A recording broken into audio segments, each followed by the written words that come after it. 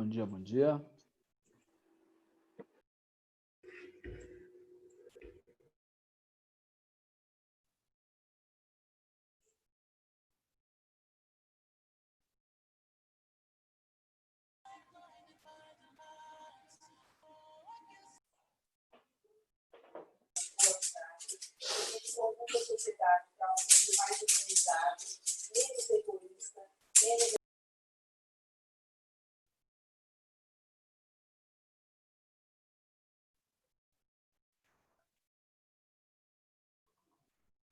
Mais um minutinho aí a gente já começa, tá? Hoje começa na 17 até a 25 e tem uma tarefa que ficou de dever de casa para eu conferir de vocês.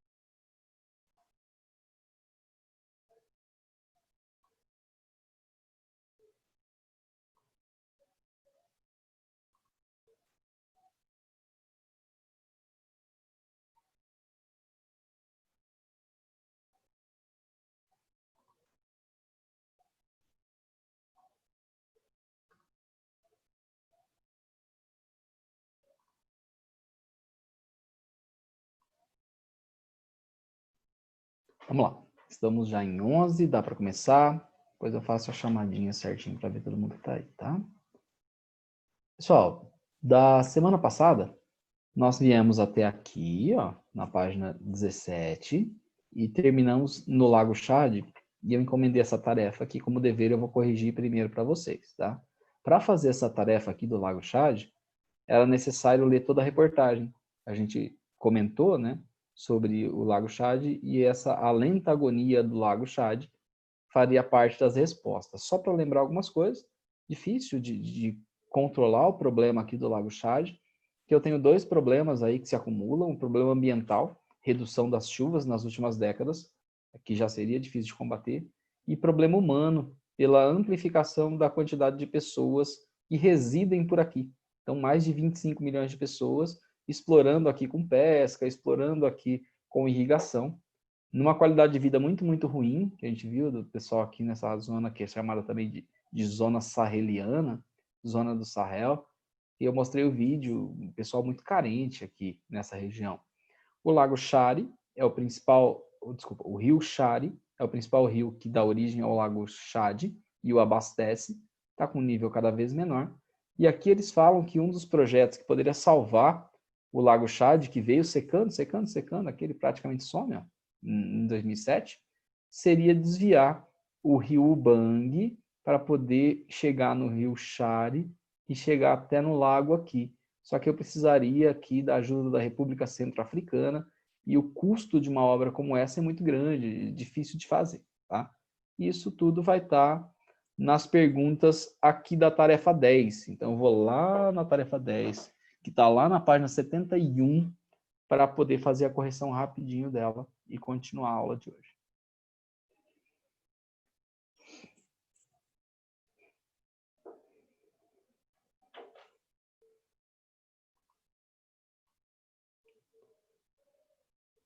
Vou só abrir aqui para a gente fazer.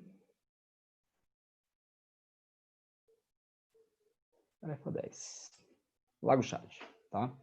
Faça a leitura lá do texto que eu acabei de falar para vocês, na página 16 e 17, e vamos falar sobre o texto. Localização do Lago Chad. Ele coloca aqui, na borda meridional do Saara. Se vocês colocaram na parte mais ao norte do continente africano, próximo do deserto do Saara, entre o deserto do Saara e a parte das savanas, tudo isso serve como resposta, tá? De localização. Características físicas do lugar. Todo o texto fala muito que ali eu tenho um clima semiárido, é muito seco, originalmente seco. Você vê que só tem 2 riozinhos e o lago lá.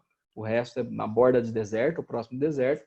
E como a maior parte do continente africano é uma área de planalto. Então, ao falar das características físicas, é uma área de planalto.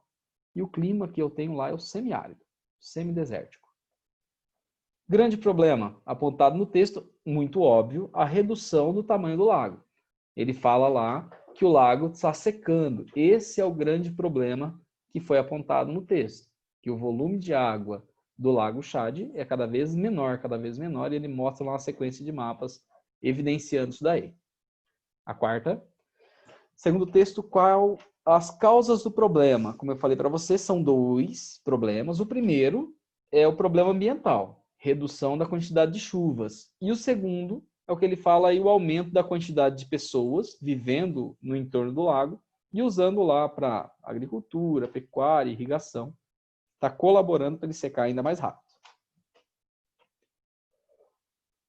Impactos ambientais e sociais desse processo de secar, né? É óbvio que quando ele fala da degradação do meio natural, está secando as espécies que vivem por ali, quem ocupava o lago vai desaparecer, vai ter extinção de alguns tipos de animais ou plantas nesse local, e ambientalmente pode se formar ali o deserto, né? O deserto pode progredir e ocupar essa área de semiárido. E as consequências sociais já são graves, os problemas que eles têm, de pobreza, fome, e tende a aumentar. Quanto menos água tiver no leito do lago, quanto menos água tiver para usar, provavelmente maior a fome. Mora muita gente ali no entorno e utiliza essas águas. E 6, o texto apresenta alguma solução? Sim, apresenta, né? Desviar o rio Ubangue e fazer com que ele chegue no rio Chari e abasteça o lago Chad. Quais as dificuldades para implementar isso daí? Teria que fazer um canal enorme de transposição, dada a República Centro-Africana, 300 quilômetros aproximadamente, ele está falando aqui. E a dificuldade, primeiro, é o acordo entre os países. O segundo é pagar a obra. Quem vai pagar por isso, né, desses países africanos? Todos eles com grandes dificuldades econômicas. Uma obra que seria caríssima para fazer. Então está aqui, feita a correção do dever de casa de vocês. Quando a gente voltar presencialmente, a gente dá uma olhada, todo mundo se fez, se não fez, como está feito, tá? Voltando lá agora na 17, que é o material de hoje, previsão da 17 até a página 25, da 17 a 25.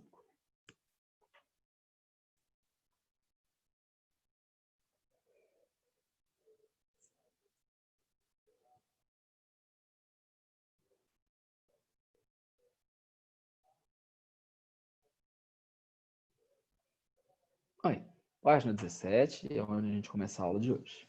A gente vai falar um pouco de divisão regional, de classificação regional, a gente vai falar um pouco de regionalização na aula de hoje. Vamos começar aí. África, divisão regional. Falar em regionalização é falar em dividir um espaço em pedaços menores. Qualquer lugar, grande ou pequeno, pode ser feito regionalização. Eu posso dividir uma cidade, estou falando aqui de um continente inteiro, eu posso reduzir e dividir uma cidade. Se eu pegar a cidade de Tupéva, eu consigo pegar bairros que têm características de construções melhores e piores, eu consigo dividir por faixa de renda de população, eu consigo escolher algum critério que me ajude a classificar. Então, eu posso usar, por exemplo, a parte econômica. Desculpa. Para poder dividir esses territórios. É um critério, eu escolho e eu divido nesse formato. Eu pego um mapinha lá, olho e faço a divisão regional. Classifico esses lugares e esses espaços em, sei lá, maior acesso à renda, menor acesso à renda. Posso fazer. Eu posso escolher outro critério para regionalizar Itupeva de novo. Eu posso regionalizar a partir do relevo.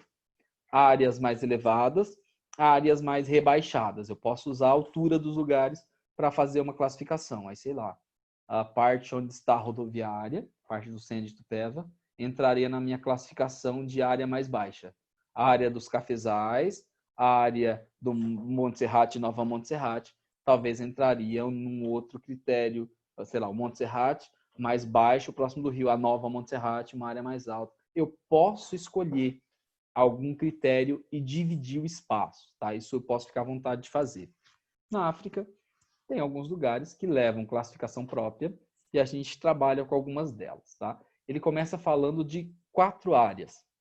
E a minha primeira aqui, olhar a classificação, é a região chamada de Maghreb. Então, a primeira região que eu vou ter que saber onde fica e quais são as suas características é a região que ele está chamando de Maghreb. Esse é o Maghreb africano. Então, quando eu olho nessa parte mais ao norte do continente africano, eu tenho o Maghreb, composto de Líbia, Tunísia, Argélia, Marrocos, Saara Ocidental e a Mauritânia. Esses países formam o que é chamado de Maghreb, tá? É uma designação que já é árabe, então já me dá alguma característica. O nome Maghreb quer dizer poente, ou sol poente em árabe. É a parte do território que está entre o norte e o noroeste, norte e oeste, noroeste do continente africano. População de lá, predominantemente árabe. Então, uma das características desses povos que habitam Líbia, Tunísia, Argélia, Marrocos, Mauritânia, por um exemplo, é que são povos de origem árabe, não são africanos de fato, tá? A gente vai lembrar, nos processos de expansão, aqui da Península Arábica, povos árabes passam a ocupar áreas tanto aqui da Ásia, quanto e principalmente o norte da África. Então, a maior parte das pessoas que vivem aqui nessa região não são africanos de fato, não tem origem africana, tem origem asiática, mais especificamente, origem árabe. São povos da Península Arábica, saídos da Península Arábica, conquistaram aqui essa faixa. Percebam que o Egito fica de fora, que eu tenho uma civilização já antiga, que não é árabe, é egípcia de fato, é nativa aqui africana, enquanto esses daqui são povos árabes. Até mesmo, daqui a pouco, ao fazer regionalização, nós vamos chamar essa parte da África de África Branca e a parte de baixo do deserto do Saara de África Negra. A maior parte da população daqui, por ser de origem asiática, árabe, é branca. É branca no formato árabe, né? É um branco que não é o branco igual ao do europeu, mas é uma população não negra. E até mesmo o egípcio, né?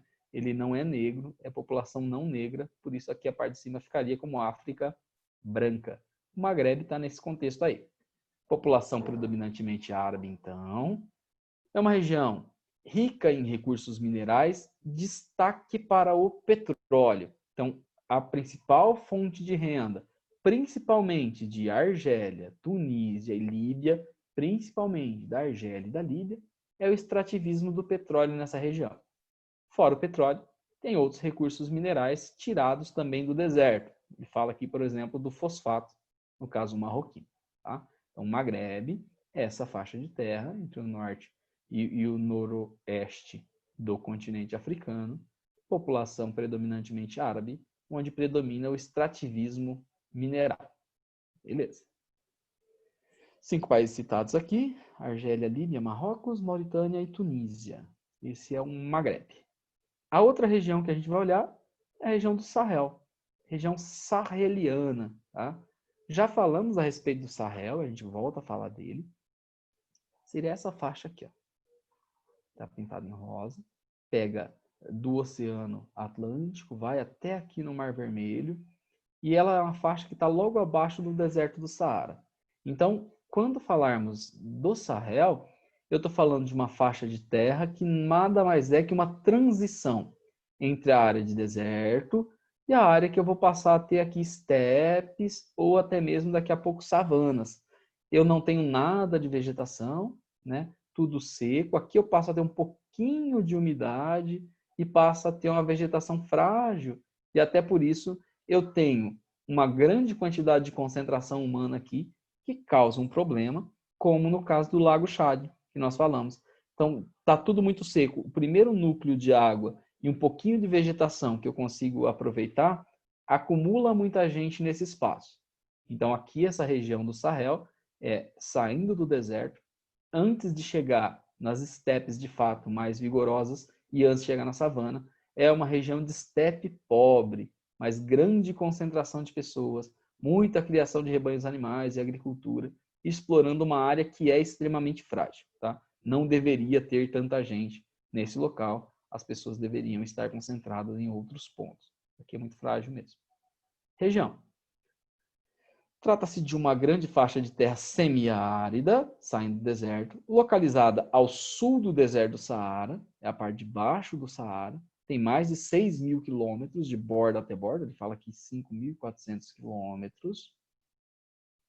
Ali eu tenho países pobres com grande diversidade de povos diferentes. Os países que passam aqui, majoritariamente países muito pobres. Eritreia, Sudão, Chad, Níger, Mali, Senegal e Mauritânia configuram entre alguns dos países mais pobres do mundo. Pedaço de Burkina também. Só a Nigéria, que tem um pedacinho aqui de cima, que tem uma riqueza maior concentrada na faixa de baixo, onde as pessoas também ficam, que hoje a Nigéria é a principal potência econômica da região, tá? E de todo o continente africano. Há também, fora aqui, o Sahel, que é essa faixa abaixo do deserto, com países pobres e população carente, assolada pela fome, pela miséria, fora do Maghreb, que é a parte aqui mais ao norte, noroeste do continente, povos árabes, religião islâmica, extrativismo de recursos minerais, principalmente petróleo. Então faz com que os países tenham menores dificuldades econômicas. Mais duas faixas e áreas de deserto que eu posso classificar também. Ele fala primeiro do maior deserto do mundo, aqui, ó, regiões desérticas, o deserto do Saara, que está localizado ao norte. O deserto do Saara ocupa toda essa área aqui. Tudo isso é área desértica, né? Eu só tenho aqui o Mediterrâneo num cantinho, depois eu já tenho o deserto aqui, o deserto do Saara. Como características de secura, de pouca habitação, de pouca utilização humana, parece que não tem nada nos desertos. Mas isso não é verdade. O deserto do Saara tem um monte de riquezas minerais que são exploradas. Se tira muita coisa desse deserto, principalmente essas riquezas minerais. Ele cita aqui os exemplos de minério de ferro, manganês, petróleo e gás, que já havia sido falado lá em cima. Nessa área desértica, predominância de cultura árabe, obviamente do pessoal do norte, que ocupa aqui também, os países são os mesmos que nós chamamos ali do Maghreb, e religião islâmica. E lá embaixo, na Namíbia, eu tenho um outro deserto, que é o deserto do Kalahari, né? Esse está ao sul, e assim como o Saara, tem alguns recursos minerais importantes que são extraídos, cobre e diamantes, por exemplo. O deserto da Namíbia já vai estar nessa região aqui. Vai ter uma corrente marítima fria que percola essa faixa litorânea e faz com que não chova e forma um desertão aqui também. Então, o outro deserto que eu tenho é esse deserto aqui embaixo da Namíbia. Aqui, ele usou classificações mais físicas do que humanas e sociais. Então, olhou as características físicas aqui em cima do Maghreb, que é um pouco mais cultural e social, faixa de transição, no caso do Sahel, saindo do deserto, e os dois desertos, áreas realmente secas do continente como classificação. Classificou em 4 pedaços já. A forma mais comum de se dividir o continente africano nem se fala bastante de Sahel, se fala bastante de países do Maghreb, os desertos são bastante conhecidos, mas a forma de eu dividir mais comumente o continente africano é esse formato aqui, ó. Dividir só em 2 pedaços. Parte norte, parte sul. Geralmente se usa o deserto do Saara como base para separar parte de cima e parte de baixo, com características completamente diferentes quando eu falo das pessoas que habitam, das características dos países, tá? Então eu teria uma África setentrional, ou África do Norte, e uma África de Sul, que vai ser chamada sempre de subsaariana. Lembrando que sub é abaixo de alguma coisa subsaariana, então, abaixo do deserto do Saara. E a parte de cima do Saara, incorporando o próprio deserto do Saara, seria a África de Norte ou África Setentrional. O material que a gente está usando, o objetivo, ele preferiu usar outros termos. Não é muito comum mudar essa nomenclatura, mas aqui está trabalhando com África Islâmica, que na maior parte dos materiais vai estar como África Setentrional ou África do Norte. Então pode ser usada a determinação África do Norte e África Setentrional. E o 2, de fato, está o que sempre foi usado, que é a África subsaariana, abaixo do deserto do Saara. Realmente está correto aqui o normal. O que ele está chamando de África Islâmica, ele até amplia um pouquinho do que seria chamado de África Setentrional. Ele pega e pinta aqui em verde todos os países que têm majoritariamente população professando o islamismo. E é o comum, é uma das características da África Setentrional. É a maior parte da população ser de origem não africana, né, de origem árabe, no caso, ou povos africanos que foram convertidos ao islamismo. Por isso ele está chamando de África Islâmica. Faz sentido, tá tudo bem, é a África Islâmica aqui. E embaixo a África Subsaariana. Olhando aqui as principais características do que está sendo chamado de África Islâmica. Compreende a parte norte do continente, então a África Setentrional ou África de Norte. Países nos quais predominam população e religião islâmica, povos majoritariamente árabes. Quem não é árabe geralmente foi convertido ao islamismo e adotou a língua árabe. Então, nessa parte de cima, de fato, a maior parte da população utiliza como língua oficial o árabe. Os egípcios, por exemplo, adotaram o árabe, né? Quem vai ao Egito, a língua oficial no Egito hoje é o árabe, não é os dialetos antigos do Antigo Egito. E aí em cima se pratica também o islamismo. O próprio Egito, de novo, que tinha uma religião própria, uma cultura própria no tempo dos faraós, adota o islamismo e hoje é um país islâmico. Tá? E aqui também todos professam o islamismo. Belezinha? Contato desses povos da África Islâmica com outras regiões do mundo foi intensa e muito antiga. Inclusive, houveram inúmeras invasões de povos nessa região. Quando a gente fala dos árabes aqui, e dos turcos, principalmente dos árabes, é mais recente, é a última. Por isso os povos árabes habitam aí. Mas eu já tenho ali invasões que foram feitas pelos romanos, invasões europeias, então, dos romanos e dos gregos e dos fenícios também. Árabes e turcos invadiram essa região, pilharam essa região, exploraram essa região pelo mar Mediterrâneo, né? Ficava perto e fácil de controlar. Tem até uma sociedade que era grande aqui e desapareceu nos conflitos com Roma, nas guerras púnicas, que era a sociedade cartaginesa. Então tem Cartago, as guerras cartaginesas, vai ser as guerras púnicas contra Roma, uma sociedade enorme que tinha aqui, desenvolvida no comércio, vai simplesmente desaparecer nesses conflitos com Roma. Tá? África subsaariana, a maior parte do continente, está aqui, do deserto para baixo, tem outras características. Tá? Primeiro, localiza-se ao sul do deserto do Saara, verdade. É onde se concentra a maior parte da população africana. 81% dos africanos vivem do deserto para baixo. A faixa de deserto pouquíssimo habitada e a faixa aqui pertinho do litoral é onde eu tenho uma quantidade um pouco maior de pessoas. No caso do Egito, acompanhando o rio Nilo, eu tenho uma quantidade grande de pessoas. Tá? Havendo numerosos grupos étnicos diferentes nessa região da África subsaariana, alguns nós olhamos nas primeiras páginas da apostila que são predominantes. Como exemplo, os grupos Banto e os grupos sudaneses. São grupos um pouco maiores, de etnias maiores. Mas eu tenho uma diversidade muito grande de povos aqui. Quando começar a falar, vocês vão ver que tem um monte de tribo diferente, de povo diferente aqui. A maior parte dos habitantes é negra. Então, por isso que eu falei que alguns classificam como África branca e África negra. Aqui de povos não negros, não necessariamente brancos, e aqui de povos essencialmente negros. Tá? A religião que predomina lá é o animismo. Muitos se converteram ao islamismo, principalmente lá em cima, mais próximo aqui, ó, do norte, que tem esse contato com os povos de cima. Muitos se converteram ao islamismo, viraram islâmicos. Tem focos de cristianismo também. Se eu for à Etiópia, se eu for à Somália, tem focos de cristianismo.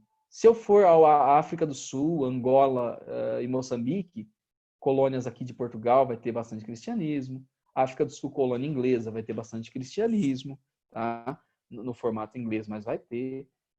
Mas a maior parte do povo é classificado aqui como animista. Não sei se vocês já ouviram falar de animismo, mas o animismo, basicamente, ele é o formato que o indígena brasileiro pratica algum tipo de crença, que não é nem uma religião, na verdade. É uma forma de crença. Mas é o início da formação de qualquer tipo religioso. Tá? O animismo é a primeira ideia que se tem de que as coisas, pessoas, animais, objetos, teriam um espírito, teriam alma. Tá? Então, quando se fala em animismo, eu ainda tenho uma crença em que seres inanimados e seres vivos, sejam eles vegetais e animais, possuem espírito. É a primeira vez que se admite que as coisas têm espíritos no animismo. Então, eu diria que é uma transição para os sistemas religiosos atuais, que são mais organizados. Se eu penso no cristianismo, eu aceito essa presença do espírito e da alma, só que num formato completamente diferente, muito mais rebuscado, muito mais trabalhado, com livros que trabalham isso. Essas crenças são crenças populares. É comum, por exemplo, a expressão de tribos indígenas, tanto na África quanto no Brasil, de um espírito da floresta. Então, eu atribuo a um ser inanimado, a floresta, a vegetação da floresta, algo de espírito, que teria ali uma alma nessa floresta. Alma e espírito do rio, espírito do sol, da lua, e esses poderiam agir sobre a humanidade, né? Essa é a condição do animismo. Ainda tem bastante, principalmente nos africanos, ainda em condição tribal, que vivem mais isolados, fora das grandes cidades, que já tem uma organização cultural e social completamente diferente, tá? Então ainda tem bastante situações de animismo por lá. Ainda que o islamismo venha crescendo, o islamismo se propaga bastante pela África, então ele vem descendo aqui, conseguindo cada vez mais adeptos, tá? Aqui, a forma como está colocados aqui, por isso eu risquei, é uma forma que me deixou um pouco confuso ao pensar na afirmação. Ele fala assim: a maioria da população descendente de brancos europeus de religião cristã.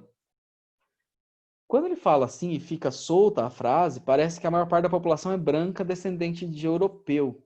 E na verdade, é a minoria.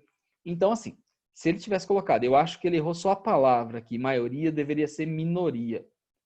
A minoria da população, que é descendente de brancos europeus, é de religião cristã. Aí tá tudo bem, tá? Então, os brancos europeus, descendentes de brancos europeus que vivem no continente africano, são uma minoria e eles praticam, na sua maior parte, o cristianismo. Como eu falei para vocês aqui na África do Sul, vai ter uma quantidade significativa de descendentes de holandeses e de ingleses. E a maior parte deles vai praticar a religião cristã por conta do antepassado que era cristão, tá? Dos antepassados que eram cristãos. Essa região da África subsaariana vai passar a ter um contato maior com outros povos, principalmente o europeu, a partir do século XV, no processo que vocês aprenderam das grandes navegações. Então, aqui o europeu, saindo daqui do Mediterrâneo, Portugal, Espanha, Itália, passam a circular o continente africano com a intenção de chegar até a Ásia. Intenção, por exemplo, de chegar até na Índia, chegar até na China, para fazer trocas comerciais. Como eu estava passando por aqui, eu precisava estabelecer alguns pontos de parada, que vão ser colocados aqui sempre na fachada litorânea, E muitas vezes eu vou aproveitar que eu já vou parar por aqui, eu tenho que passar por aqui, para fazer algum tipo de comércio. Então vão ser ativadas aí áreas comerciais com domínio europeu. Destaque para franceses e ingleses. Vão ter muitos entrepostos franceses e muitos entrepostos ingleses nessa região, que sempre que puderem, vão tentar explorar ouro, diamantes, marfim vai ser muito explorado, e até mesmo o próprio africano, como o período da escravidão, que vai trazer africanos do continente para o continente americano. Então sai da África e vem como escravos para lugares como o Brasil e são vendidos aqui e viram fonte de renda também, tá? Isso ele conta daqui a pouquinho na nossa história. Até aqui tá tudo bem para todo mundo? Se não tiver, fale em alguma coisa, tem alguma dúvida? Eu começo a falar da economia da África. Na regionalização, então, trabalhamos com uma classificação mais genérica, África Islâmica, África Subsaariana, nessa divisão cultural, e 4 classificações mais físicas. África, pedacinho chamado de Maghreb, aqui em cima, Sahel, e os 2 desertos, Saara em cima, Kalahari, ou deserto da Namíbia, embaixo.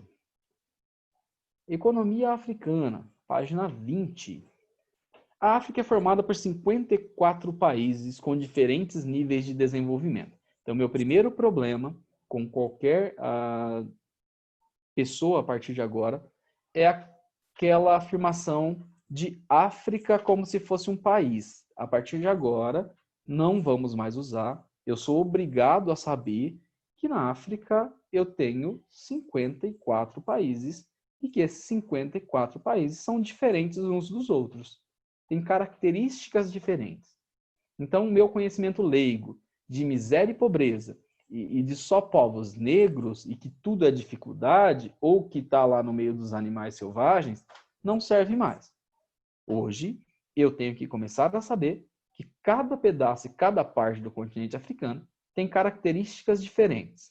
Sim, é verdade que a maior parte dos povos são negros. Sim, é verdade que a pobreza é um problema seríssimo na maior parte desses países, mas não tem só pobreza, não tem só miséria. Eu tenho países com nível de desenvolvimento razoável, alguns deles emergentes, como a África do Sul. Dependendo do local que se visite na África do Sul, eu vou ver uma cidade muito bem estruturada, como cidades de Brasil, como Estados Unidos, como México, com características de ter um trânsito, de ter bairros ricos, assim como no Brasil, bairros ricos e bairros pobres, aeroportos que funcionam muito bem, áreas modernas de comércio, por exemplo, grandes shopping centers, normal, igual em qualquer sociedade ocidental. Tá? E eu vou ter países realmente muito pobres e muito carentes, onde a maior parte da população passa por muitas dificuldades. Então, nunca mais utilizo África como se estivesse falando de um país e que tudo fosse homogêneo, que fosse tudo igual. Tá? A partir de agora, África, mas qual parte da África? O que você quer falar do continente africano? E a gente vai ver essas atividades econômicas do continente. Tá? Para poder falar de atividade econômica, a apostila lança mão de uma série de fotografias. E nessas fotografias, eu vou tentar daqui a pouco, tem uns exercícios na página 22, classificar essas áreas, tá? Então, vocês vão interpretar comigo essas áreas para depois fazer os exercícios. A primeira imagem é do Marrocos. Está naquele pedaço que nós chamamos de Maghreb, tá? E eu tenho um minarete na cidade de Rabat. Tá aqui, fotografia de um minarete. Quando vocês observam um minarete como esse, vocês têm algum tipo de noção? O que está sendo representado aqui? Lembra alguma coisa? Um minarete é o quê? Essa torrezinha geralmente tem algum simbolismo, tem alguma coisa? Alguém sabe de alguma coisa com relação a minaretes? Ou esse tipo de estrutura aí? É um templo, né? É a parte de um templo. É mais ou menos como existe em algumas igrejas medievais, tem uma torre, geralmente, né? O minarete seria um tipo de torre como essa. É um templo religioso, só que no caso aqui islâmico, né? É isso mesmo. A cultura árabe e o islamismo, eu consigo perceber no formato das coisas, tipo de janela, ó. Geralmente quando eu olho isso daqui, eu lembro do islamismo, eu lembro do povo árabe, sei lá, eu lembro do Aladim, quando eu vejo esses paradas aqui, ó, nesses formatos. Essa parte de cima, com a parte abobadada, ou essas partes redondinhas em cima, geralmente é da cultura árabe. Então eu consigo olhar essa foto de um minarete no Marrocos e lembrar de alguma forma do islamismo, de coisas árabes, exatamente como você me disse. Verdade. Sei lá, não consigo associar muito com a atividade econômica, que ele está falando em economia, e é mais religião aqui e cultura árabe. Só se for área de exploração de turismo. Não sei se é. Esse aqui eu não tenho certeza, não. Aqui fica mais fácil. No Egito, tá? Essa fotografia é do Vale dos Reis, lá na cidade de Luxor. Aqui sim, né? Eu consigo ver claramente herança daquele Egito antigo, do passado lá dos faraós, que obviamente está preservado aí, dá para ser observado, e vai gerar o que de economia aí? Turismo. Turismo, João, exatamente. Aqui eu vou ter um fluxo turístico grande, é o setor terciário da economia, né? São serviços, o turismo se encaixa nisso daí. Muita gente, todos os anos, se dirige para o Egito para ver essas relíquias aí que eu tenho desse período que eu tinha os faraós. Então o pessoal vê lá as pirâmides, vem em locais como esse, no Vale dos Reis, também para fazer turismo. Então a atividade econômica provavelmente vai estar mais ligado ao turismo mesmo aqui. Etiópia é o outro país aqui. Já saí da parte mais ao norte do continente e já estou lá na região do chifre africano. Estou aqui, ó, agora, na Etiópia, tá? Na região do chifre. Mais pobre. E eu percebo esse tipo de estrutura. É a estrutura de moradia do povo Hamar no vale do rio Omo. Olha a estrutura. Bem precária, bem tradicional. Eu lembro muito do nosso indígena quando eu vejo isso daí. É uma sociedade também tribal, vive em tribos, né? Alguns clãs se reúnem aí, grupos familiares, constrói moradias com o que tem, ó. Galhos, aqui com partes de plantas provavelmente, que é colocado aqui na cobertura, essa palha aí, forma essa estrutura bem simplista aí, tá? Tentem pensar toda vez que falar região tribal, tem tribos africanas, de indígenas africanas, que são diferentes dos nossos, né? Geralmente tem características bem diferentes na forma de viver, na forma de caçar, na forma de conviver. E aqui eu consigo pensar em algumas atividades econômicas, duas muito básicas eu consigo pensar aqui. Vocês conseguem pensar em alguma atividade econômica aí?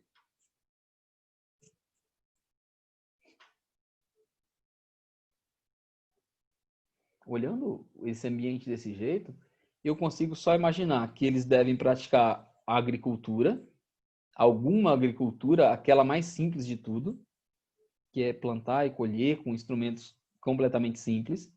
E consigo pensar que essas cerquinhas aqui, não sei se serve só de varal ou eles tentam cercar animais também. Então, se tiver algum tipo de criação de rebanho, criação de animal, algum tipo de pecuária, né, que não dá para ver nenhum animal aí, pelo menos eu não estou vendo nenhum de criação, mas pode, tem uma cabra aqui. Aqui tem uma cabrinha. Então, pode ser que eles façam esse tipo de criação também de pecuária simplesinha. Quando é simplesinho e é só para sobrevivência das pessoas, a gente fala que é agricultura e pecuária de subsistência. Então, é uma agropecuária de subsistência, agricultura de subsistência, pecuária de subsistência, tá?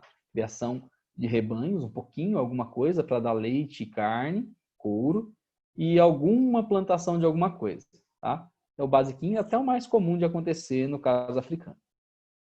Que Zimbábue e Zâmbia é um lugar de fronteira grandão e forma as Cataratas Vitória. Nós já estudamos o Rift Valley, aquela área de rebaixamento, e as Cataratas Vitória ficam exatamente nessa área de rifteamento, nessa área de afundamento de relevo, porque está abrindo ali a placa africana. E uma dessas localidades faz com que fique baixo, tenha a formação de grandes lagos, e eu tenho essa queda gigante aqui, que são as Cataratas Vitória, que é uma das maiores do planeta.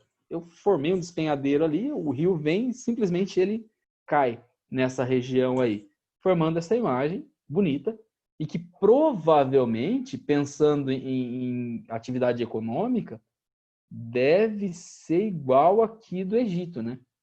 O cara que vai para cá, vem aqui para poder fazer visitação turística, deve ter passeio turístico aí, igual tem aqui no Brasil, no Iguaçu, que tem também as quedas d'água lá, e muitos brasileiros e até estrangeiros vão para lá para poder fazer o turismo de ver as cataratas e as quedas d'água. Então, provavelmente o turismo deve ser a atividade aqui. O cara faz aquela parte de safari, vai nos parques nacionais, e um dos passeios pode trazer ele até aqui, as Cataratas Vitória, para observar. Vulcões ativos, que ele pode olhar por aqui também. Tá? No Mali. Mais um país pobre. Isso é uma mesquita. Não sei como conseguiram fazer. Dá para ver que parece, né, que é a areia que foi compactada aqui, colocada e formou a construção toda. As pessoas me deixam claro, e a construção também, que é praticado o islamismo aqui, tipo de vestimenta, cabeça coberta, né? E eu tenho aqui uma construção de uma mesquita. Não sei atividade econômica. Se tiver, vai ser turismo, que eu não acho que vem muita gente aqui visitar essa mesquita também para ter atividade turística. Então, se for, é isso. O Lesoto fica mais fácil, tá aqui. Um diamante, que foi descoberto no Lesoto e foi vendido lá na Europa, na Bélgica, por 12,4 milhões de dólares, esse diamante aqui. Então, a atividade do Lesoto que está sendo destacada é, obviamente, o extrativismo. Ele usa o diamante aí como referência, como modelo, né? Mas vão ter outros recursos tirados também. Só para lembrar do Lesoto, talvez vocês não estão acostumados com o nome, fica aqui, ó, dentro do território da África do Sul. Então, a África do Sul é um país grande, aqui, ó, no extremo sul do continente africano, e dentro da África do Sul tem dois outros países, Lesoto, fica aqui dentro, e a Suazilândia também, fica aqui.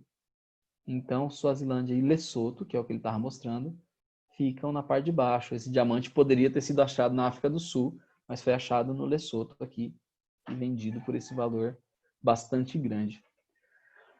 O que chama atenção com relação principalmente aos diamantes, que a maior parte dos diamantes que circulam pelo mundo e geralmente ostentam riqueza, né, nas orelhas, nos pescoços, nas mãos de algumas pessoas, principalmente na Europa e em países mais ricos, saem na sua maior parte de países africanos.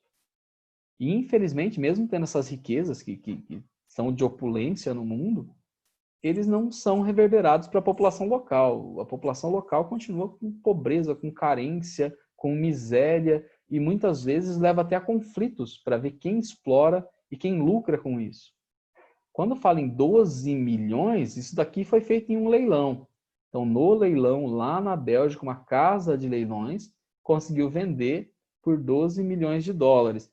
Ele não saiu nem por um décimo desse valor do Lesoto. Tá? Ele saiu por um valor muito, muito, muito inferior a isso.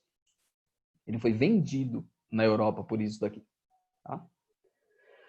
Tanzânia, para quem não lembra também da Tanzânia, lá perto do chifre da África, mais na parte central, aqui é a Tanzânia, outro país bastante pobre do continente africano, e mostra também uma situação de atividade econômica de extrativismo, possivelmente até mesmo de diamante, até mesmo do ouro, mas feita, ó, de uma forma muito precária, muito, muito, muito rudimentar, com ferramentas pouco adequadas, diferente da mineração moderna de países ricos, né? Com muita máquina, com explosivos, que conseguem produzir muito mais. Esses caras aqui fazem aquela forma bastante simplista. bem difícil de encontrar alguma coisa e pouco lucrativa. Muitas vezes utilizando mão de obra juvenil, infantil, de pessoas e crianças que deveriam estar estudando. No caso aqui não tem nenhuma criança, mas pode acontecer de crianças serem exploradas nesse tipo de trabalho também. Não seria incomum de ver. Então aqui eu tenho uma mina aberta, não fala de que é a mina, mas pode ser de diamante, pode ser de ouro. Tá? Essa foto aqui é do Sudão. Aqui também não dá para tirar nenhum tipo de atividade econômica, porque é uma foto de um campo de refugiados. O Sudão passou nas últimas décadas por um processo grande de guerra civil. Vocês olharem o mapa, inclusive o Sudão hoje é dividido em 2 países. Formou aqui na parte de baixo o Sudão do Sul. Tá? Então, uma guerra civil enorme de décadas aqui no Sudão, levando muita gente ou a se refugiar, como era o caso da foto ali, que eu já volto nela, ou à morte.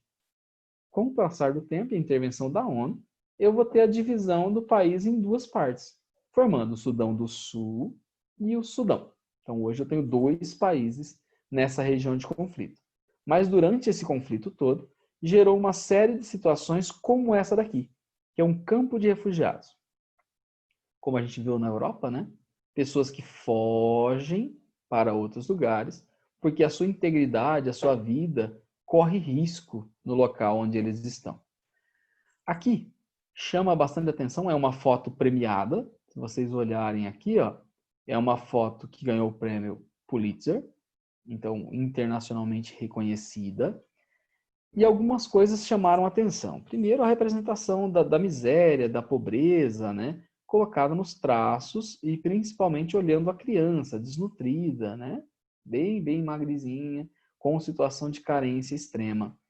Chama atenção também que um pouco de vaidade ainda continua por aqui, ó. A mulher ainda tem alguns adornos, como colares, como pulseiras. E o que chamou atenção na publicação da foto na mídia internacional são os olhares. Então, tanto da mãe e principalmente o olhar da criança foi classificado na época da fotografia como olhares vazios, né? Vazios de esperança, vazio de futuro. Se vê uma tristeza e uma situação de desesperança. Então, seriam olhos extremamente vazios, colocados aqui, olhares vazios.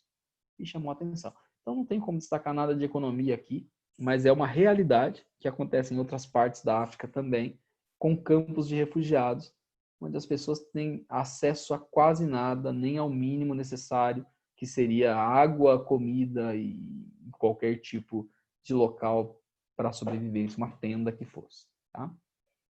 As 2 últimas, África do Sul, como eu falei para vocês, ó, eu posso pensar em miséria, posso pensar em pobreza, posso pensar em desorganização, mas eu vou ter lugares do continente africano, principalmente na África do Sul, que a estrutura parece ser bem melhor. Eu tenho estrutura aqui de cidade, com bairros que parecem ter aqui toda a estrutura certinha e bonitinha. Essa área é uma área litorânea, dá para perceber. Isso daqui é um porto. Então aqui, quando eu pensar em atividade econômica, o comércio deve ser forte, o comércio por conta do porto, a circulação de mercadorias deve ser forte, o setor terciário, de prestação de serviços e setor comercial deve predominar. Percebam que eles têm até mesmo uma condição melhor do que a gente tem aqui, de não ocupação do morro, ó. Ocupa só a área litorânea mais plana mesmo, que diminui a incidência dos problemas de deslizamentos de terras. Então é bem organizadinho esse pedaço aqui da cidade de Cape Town. O último aqui, no Quênia, tá? Parque Nacional de Nairobi, lá no Quênia, é um dos parques nacionais, como tantos que eu tenho no continente africano, que é dedicado à proteção, preservação e explorar o turismo da vida selvagem. Então, ao mesmo tempo que eu protejo essas espécies, eu consigo trazer turistas dentro desses parques nacionais que ajudam a economia do país. Então, aqui o turismo deve ser a principal atividade econômica, tá? As questões da página 22 começam com a número 1. Escreva suas impressões sobre as características apresentadas em todas as imagens. O que eu poderia falar Com relação às imagens, vocês podem falar muita coisa, podem pensar em muita coisa e pode escolher algumas coisas.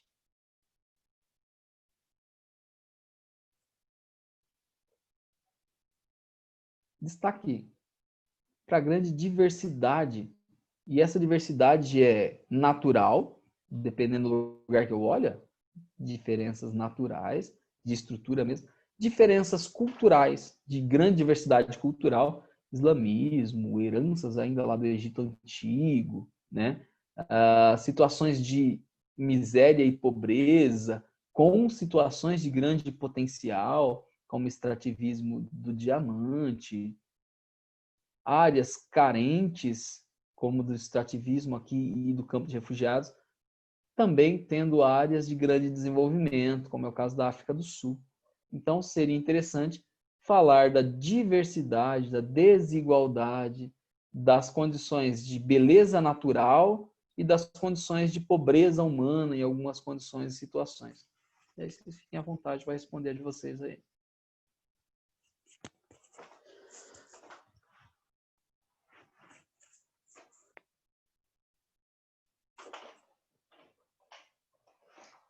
Questão 2. Quais as atividades econômicas desenvolvidas em 3 países aqui? 3 imagens. África do Sul, Etiópia e Tanzânia. Começando pela África do Sul, que está aqui fácil. A atividade econômica aqui da foto da África do Sul, provavelmente comercial. Provavelmente o porto aqui, setor terciário, deve ser o mais importante nessa região. Na África do Sul, comércio, setor terciário. Etiópia e Tanzânia. Deixa eu ir aqui na Etiópia.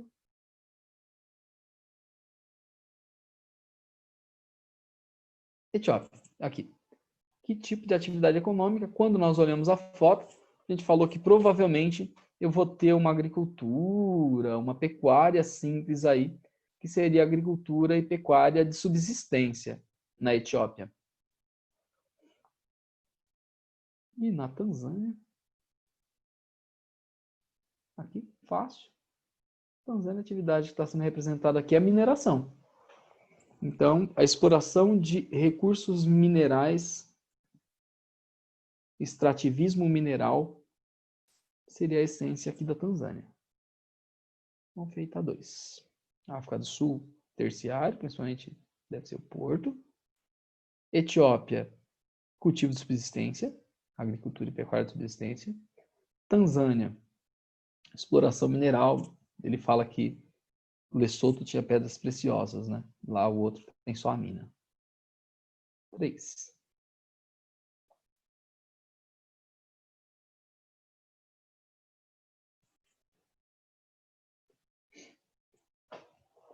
De acordo com o mapa da página 19, escreva quais países pertencem à África Islâmica e à África Subsaariana. Então eu vou precisar colocar África Islâmica, quais países fazem parte da África Islâmica, e a África Subsaariana, e o nome dos países que fazem parte da África Subsaariana. Vamos lá. Começando aqui por Marrocos. Marrocos, pelo que eu me lembro, está na parte de cima, e o Egito também. Deixa eu ver lá. Na minha opinião, Marrocos e Egito vão estar classificados como África Islâmica. Marrocos e Egito, parte islâmica. Então, Marrocos e Egito estão na África Islâmica. Próximos. Etiópia. Estava bem na transição ali. Vamos ver onde ele encaixou. Está aqui a Etiópia, no chifre africano, classificado como África subsaariana. Então, Etiópia, África subsaariana. Zimbábue e Zâmbia. Os dois estão na faixa mais central do continente africano. Então, vocês vão ver aqui, ó, Zimbábue e a Zâmbia, ambos na África subsaariana também, parte de baixo.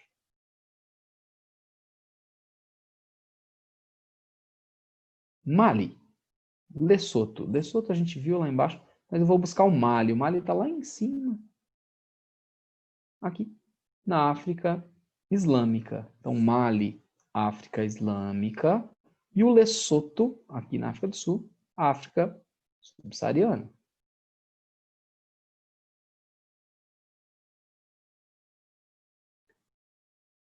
Sudão e Tanzânia. O Sudão vai ficar bem na divisa também. Vamos ver como está a classificação dele. Aqui o Sudão. Ele está classificado aqui como África Islâmica. E a Tanzânia está aqui na África subsaariana. Então, Sudão Islâmica, Tanzânia subsaariana.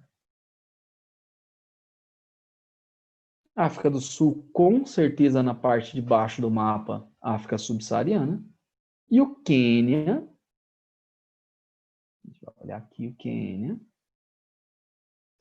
ele também está na África subsaariana, pertinho da divisa com a África Islâmica, mas a África subsaariana também. Feito a 3. A 4 é pessoal. Qual imagem chamou mais a sua atenção e por que chamou a atenção? Então, vocês vão escolher uma das imagens e vão explicar por que chamou a atenção. Sei lá, talvez chamou a atenção alguma beleza natural do continente. Você coloca lá a foto e explica aqui, pela beleza natural, por que chamou sua atenção. Ou pode ser algum aspecto social, de forma de vida, o diamante chamou a atenção, os resquícios da civilização egípcia, o campo de refugiados no Sudão. Alguma dessas coisas deve ter chamado mais a atenção de alguns de vocês. E vocês escolhem uma dessas coisas e colocam na resposta o porquê.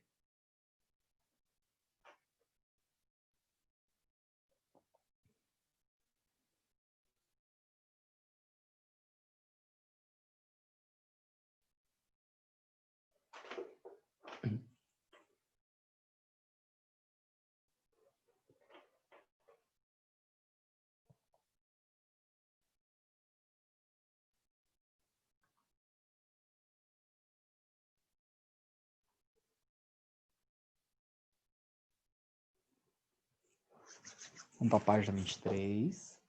E aí vocês vão perceber que o meu material, a minha apostila está quase toda grifada, quase inteira. Essa página 23 tem uma quantidade muito grande de história dos contatos africanos e conta muita coisa. Então ela é bastante importante para a gente. Ela repete muitas coisas que nós já falamos, mas algumas coisas têm que ficar bem marcadas realmente. E fala desse contato do africano, dos domínios que aconteceram no continente, da divisão dos países atuais e os conflitos que aconteceram depois da Segunda Guerra Mundial. Então, de novo, ele deixa marcado e algumas coisas vão ficar muito claras aqui para a gente, que já haviam sido faladas e vão ser faladas no futuro também. Então, eu vou aqui no passo a passo e praticamente a página inteira é importante para a gente, tá? Conta alguns contextos importantes. Fala aqui. O continente africano apresenta os piores indicadores econômicos do planeta. Não seria difícil de imaginar que no continente africano eu tenho os países que estão entre os países mais pobres do mundo. Tá? Seu processo de colonização deixou como legado uma economia voltada aos interesses estrangeiros. Não é muito diferente conosco aqui no Brasil. Quando o colonizador ocupa essas áreas, como no continente africano, ele monta toda uma estrutura para poder explorar as riquezas que tiver nesses países, nesses espaços, e fazer a riqueza para o seu país. No caso africano, eu ainda vou ter um monte de extrativismo, como do diamante que foi mostrado, e a intenção geralmente é vender para outros países, que são os países desenvolvidos. Então eu continuo mantendo um extrativismo mineral, de ouro, de diamante, ou qualquer coisa que tiver grande importância econômica, para exportar, para vender para fora. É uma estrutura que foi montada pelo colonizador e continua até hoje funcionando nesses países. As potências europeias instalaram sistemas de plantations lá, assim como instalaram aqui no Brasil. Produção agrícola de produtos tropicais que são feitos e produzidos para poder vender para o colonizador, para vender para os países ricos. Até hoje na África, assim como no Brasil, vão ter fazendas gigantescas que produzem uma coisa só, muitas vezes, em monocultura, e o intuito maior é a exportação do produto, é vender esse produto para outro país e não para as necessidades internas, tá? Então, essa estrutura que aconteceu na África existe até hoje, foi mantida, herança do colonizador. Então, aqui, nos séculos XV e XVI, com as grandes navegações que nós conhecemos, estabelecimento de feitorias, que eu combinei com vocês e já expliquei que eram pontos de parada e de exploração europeia na África, o continente passou a ter uma maior presença europeia. Essas feitorias nada mais eram que espaços no litoral controlados pelo colonizador. Num primeiro momento, só no litoral. Franceses, ingleses, belgas, portugueses, alemães, italianos colocavam feitorias e dominavam um pedacinho desses países lá na faixa litorânea. Tá? Nelas, nas feitorias, eram realizadas trocas comerciais. Lá no século XV e XVI, o que se trocava? Pedra preciosa, quando se encontrava. Metais, entre eles os preciosos, como ouro, prata. Marfim, também em grande quantidade, nas regiões que tinha grande quantidade de elefantes. A presa do elefante, o marfim, era bastante valorizado na Europa para dar origem a um monte de coisas, desde tecla de piano até esculturas eram feitas de marfim, tá? E ele era valorizado e era vendido. Localizavam-se nas áreas do litoral devido à facilidade do fluxo marítimo. Parava o navio, carregava, levava embora. Então, sempre muito próximo do litoral, eu tinha essa estrutura montada. Após a colonização do continente americano, que é o nosso, também no século XV, XVI, XVII, XVIII, iniciou-se o deslocamento de grande contingente de escravos em direção ao novo continente. Fora ouro, fora o diamante, fora o marfim, século XVI, XVII até o século XVIII, vai ficar bastante conhecido os navios negreiros que levavam escravos africanos até aqui a América. Então, aprisionava-se lá na África, trazia para as Américas, Estados Unidos, Brasil, receberam grande quantidade desse produto, dessa mercadoria, que eram os africanos escravizados. Tá? Passa a ser um comércio muito importante e muito lucrativo para a metrópole. Com o desenvolvimento das atividades industriais, com a Revolução Industrial, a inglesa no século XVIII e depois no século XIX, os outros países europeus, Estados Unidos e Japão também, o continente europeu, lá primeiro, houve uma demanda maior de fonte de energia e minério. Então eu precisava, a partir da Revolução Industrial, de mais matérias-primas e mais recursos energéticos. Se tivesse no continente africano, eu ia extrair de lá e trazer para a Europa para poder utilizar na minha indústria, na minha fábrica. Esse momento da história vai fazer com que eu não mais colonize só aquela faixinha litorânea das feitorias. A partir de agora, os países têm interesse no todo, na parte do interior também, em tudo que tiver de riqueza na África e puder ser utilizado na nossa indústria, na minha indústria, no caso do europeu. Tá? Então, vamos lá. Desse modo, o continente africano sofreu uma divisão em 1865. Esse pedacinho é bastante importante para a gente e eu tenho sempre muitos questionamentos com relação a esse momento histórico. Então, as potências europeias vão fazer uma reunião em 1885, que é o Congresso de Berlim, lá na Alemanha, e vão definir que pedaços da África vão ficar para cada país, para cada potência dessa europeia. Quem participou ativamente desse processo? 2 países se destacam muito, que vão ter a maior parte das posses na África, Grã-Bretanha e França. Mas ainda participam Alemanha, Itália, Espanha, Portugal, e vão definir, a Bélgica, vão definir as suas posses dentro da África. Eles vão fazer a divisão do continente. Então, o Congresso de Berlim é conhecido pela partilha da África, pela divisão da África entre as potências europeias. Vai gerar aqui uma quantidade enorme de problemas, porque na hora de separar esses territórios, esses pedaços, os europeus não tiveram nenhum tipo de cuidado, não tiveram nenhum tipo de preocupação em entender os povos africanos, era só para defender os seus próprios interesses. Então, olha, a divisão que foi feita aqui e formou um território para a Grã-Bretanha, para a França, para a Alemanha, para a Itália, ou para a Espanha e Portugal, juntou tribos inimigas. O colonizador não estava preocupado em momento algum se ia ter problema com isso. Não, o meu problema é ter as posses das terras para explorar. Não estou nem aí se tem etnia diferente, se tem povo diferente, se tem gente inimiga ali dentro. Problema deles. E lá na frente, isso vai ser um problema muito grande, tá?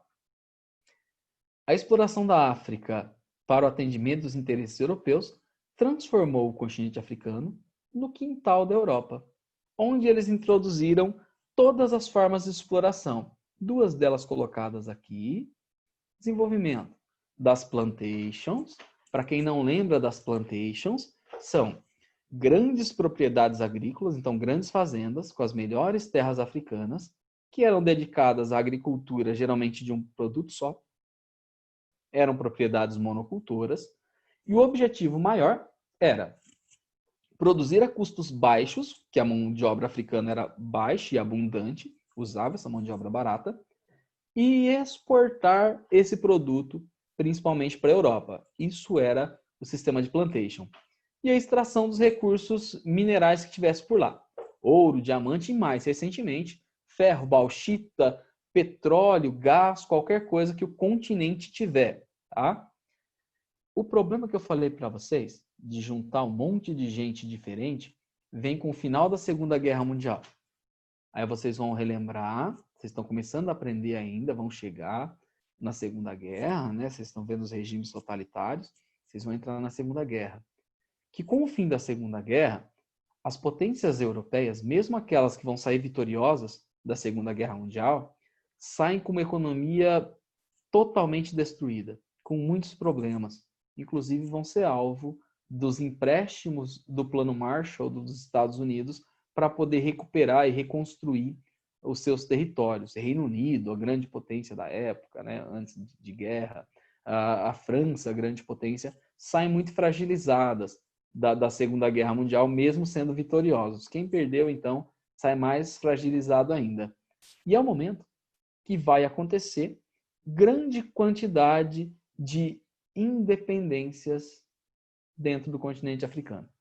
Então, esse enfraquecimento das potências europeias, o apoio das duas superpotências que emergem da Segunda Guerra Mundial, o apoio dos Estados Unidos, o apoio da União Soviética, faz com que eu tenha um processo intenso de independências dentro do continente africano. Tá?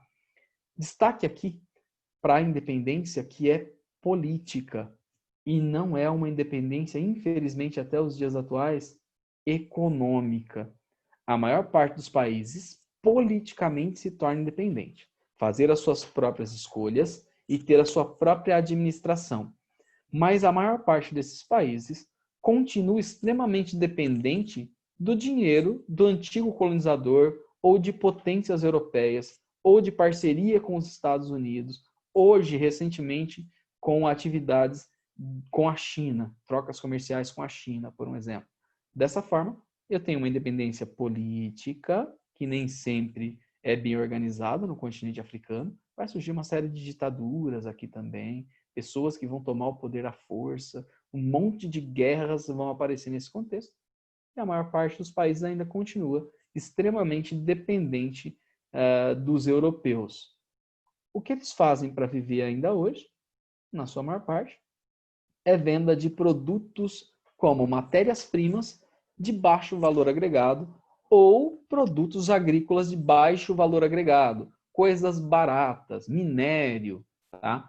Cacau, café, coisas básicas que são exportadas em quantidades gigantescas e geram um retorno menor.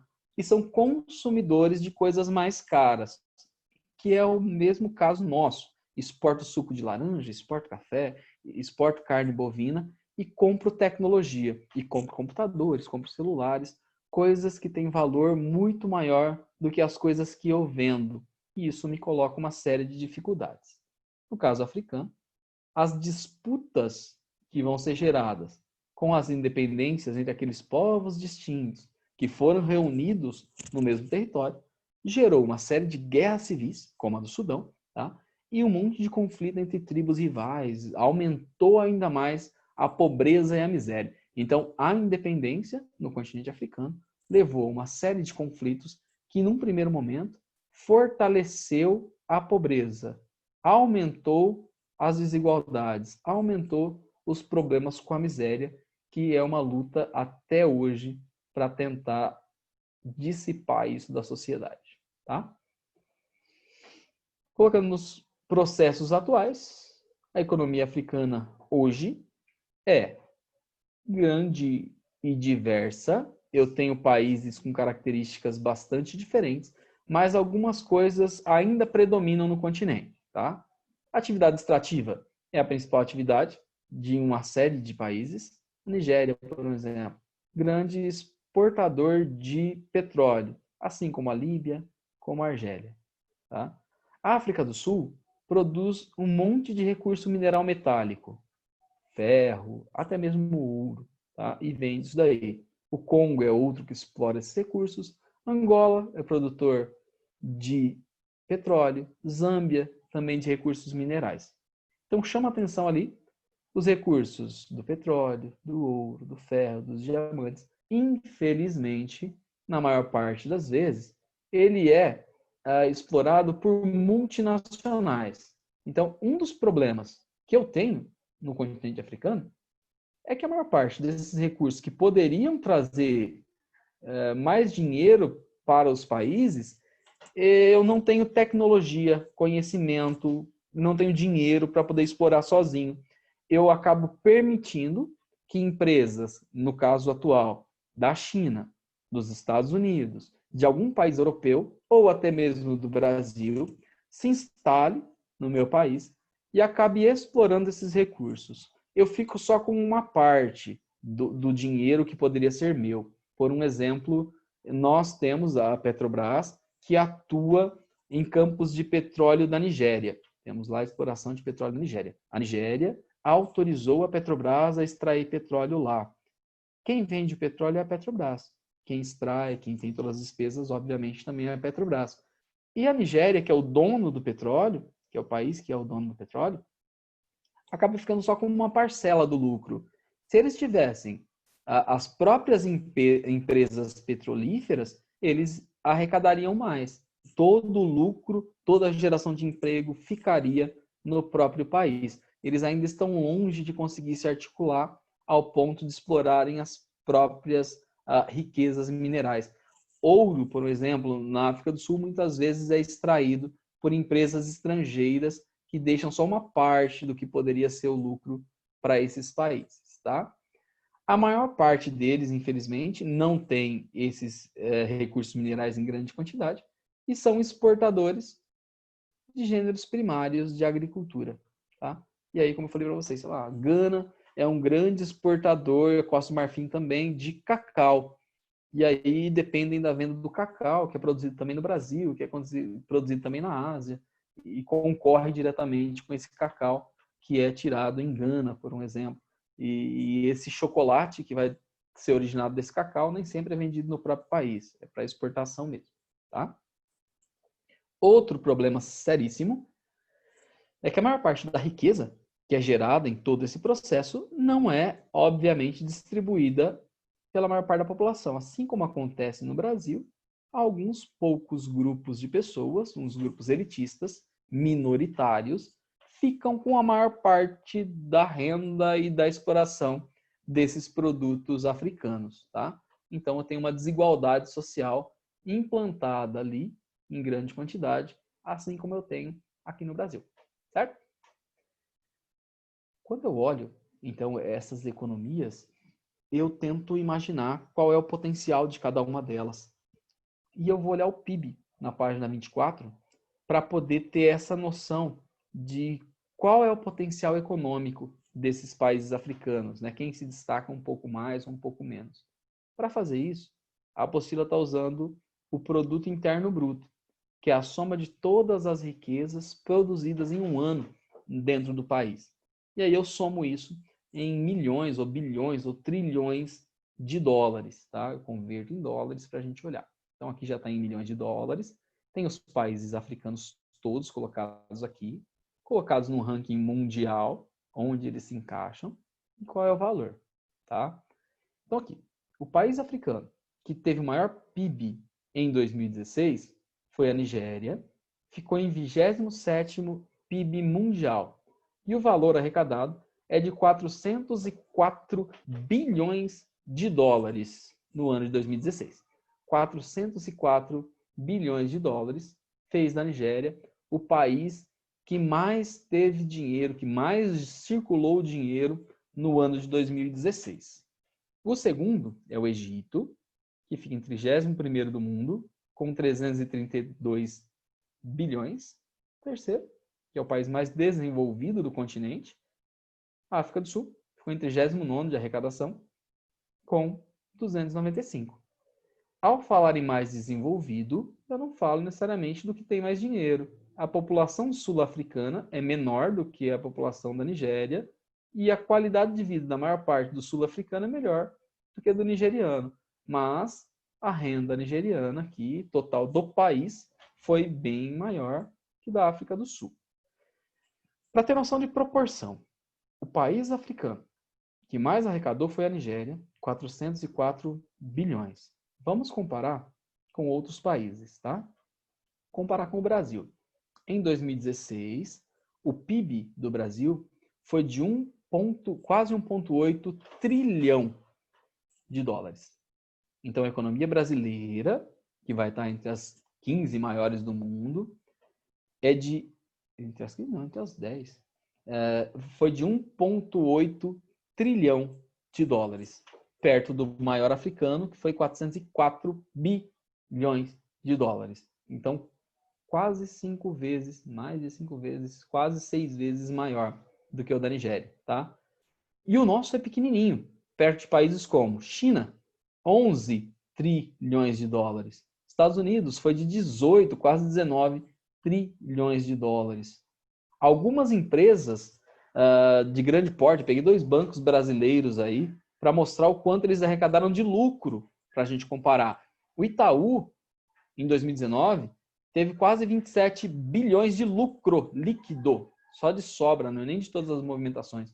O Bradesco, 22 bilhões de lucro no ano de 2019. Então percebam que quando eu falar dos países mais pobres da África aqui, alguns deles vão ter uma economia mais próxima de uma grande multinacional do que de um país de verdade, com apenas isso, 1 bilhão por ano, 2 bilhões, 3 bilhões por ano só de arrecadação.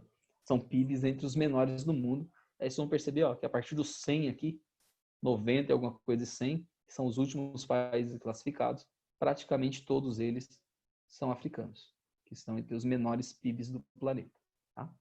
Destaque só para aqueles 3 primeiros lá. Empréstimos.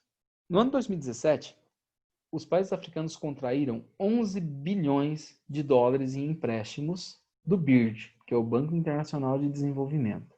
Onde foi gasto esse dinheiro? Onde foi investido esse dinheiro, no caso dos países africanos? O setor que mais recebeu desse dinheiro, 18% dele foi para o setor de transportes, para evoluir, para montar um setor de transportes. 14% energia e setor de extrativismo, 14% também abastecimento de água, saneamento básico e gestão de resíduos, lixo, tá? Abastecimento de água, coisa básica, 14% do dinheiro. E depois vem a administração pública, pagar pessoas de administração pública, 12% do dinheiro para a administração pública. Agricultura, pesca e silvicultura, 11%, educação, 8%. Tá? Para quem não conhece a silvicultura, é plantar ou reflorestar, plantar árvores, por um exemplo. Retrato da África subsaariana. A hora que eu olho essa tabela aqui, mostra só da África subsaariana, ele me mostra tendências de 2000, 2010 até 2017, o que foi mudando, o que evoluiu. População. Claramente a população africana cresceu. Saiu de 670 milhões de pessoas para mais de 1 bilhão de habitantes. Cresceu mesmo. O crescimento demográfico está aqui marcado, 2,7, 2,8 em cada período desse daí. O RNB per capita, renda nacional bruta por pessoa, cresceu, ó, do africano, então tem um crescimento, apesar do PIB per capita ter diminuído. População que vive com menos de 1,9 dólares por dia, situações em pessoas abaixo da linha da pobreza aqui. 391 milhões, hoje 389 milhões de africanos vivem com menos de 2 dólares. A esperança de vida aumentou, tanto do homem quanto das mulheres. A taxa de alfabetização, apesar que é ruim ainda, hein? Ó. Esperança de vida era de 51 anos para as mulheres aqui, em 2000, passou para 60 anos de esperança de vida só. Do homem era 49, foi para 58. Taxa de alfabetização melhorou tanto dos homens quanto das mulheres, subiu, mas ainda assim, só 66% das mulheres jovens, entre 15 e 24 anos, sabem ler e escrever. E só 77% dos homens. Tá? E aumentou a emissão de gases poluentes, como o dióxido de carbono aqui. Então, tem um crescimento. Resolvendo as questões aqui, para a gente terminar por hoje, pergunta A. Quais setores que receberam mais investimentos na África subsaariana? Eu olho o gráfico de setores e aponto quais setores mais receberam investimentos. Pela ordem, transporte, 14% eu tenho 2 setores. Abastecimento de água, energia e setor extrativista. Depois de 14%, administração pública, com 12%. Agricultura, pesca, com 11%. Foram setores que mais receberam investimento. Abastecimento, saneamento, energia, transporte, administração pública. A B é uma pergunta bem simples. Fala o seguinte. Analisando de maneira geral os gráficos de tendência que a gente acabou de olhar, dos indicadores econômicos da África, constata-se que há um crescimento. Cresceu a economia africana, deu uma melhorada sim. Pode-se afirmar que esse crescimento pode ser traduzido em melhora de vida da maior parte da população africana? Eu acho que não, né? Como o texto falou, fica só para algumas pessoas, grupos elitistas. Grande parte da população não tem acesso a essas melhoras, não. Melhorou as características, mas eu tenho grande desigualdade ainda na distribuição desse dinheiro. A maior parte ainda sobrevive numa situação muito precária, muito ruim mesmo.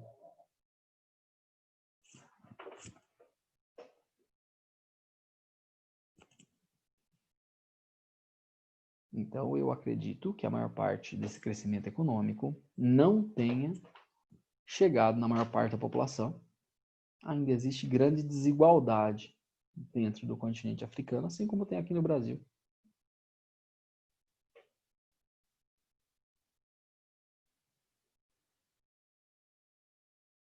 E aí, se eu comparar essa qualidade de vida que melhorou lá com o resto do mundo, então, isso fica ainda mais discrepante, né?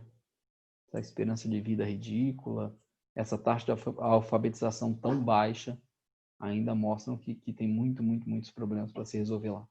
Houve evolução, mas ainda é muito ruim.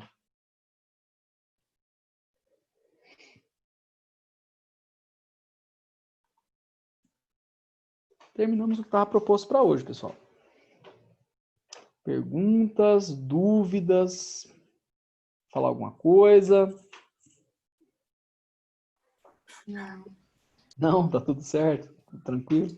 Uhum. Estão com dificuldade de fazer as atividades? Estou percebendo algumas notas baixas. Não está conseguindo acertar muito, então acho que está ficando algumas dúvidas. Vocês estão fazendo com a apostilinha na mão? Tentando pesquisar antes de responder de fato? Preocupadinho. Ó, de hoje tem 5 questões. Tudo que a gente conversou, tudo que eu passei aí, tem alguma coisa aqui. Não está difícil de acertar, pelo menos 4 dessas 5. Está bem tranquilo de acertar. Tá? Então tentem fazer isso, esse compromisso de acertar e tentar acertar hoje pelo menos 4 das 5 questões, tá? Então, o que depender de mim, deu. Tá tudo certo. Tchau, tchau para vocês. Não. Tchau. Tchau.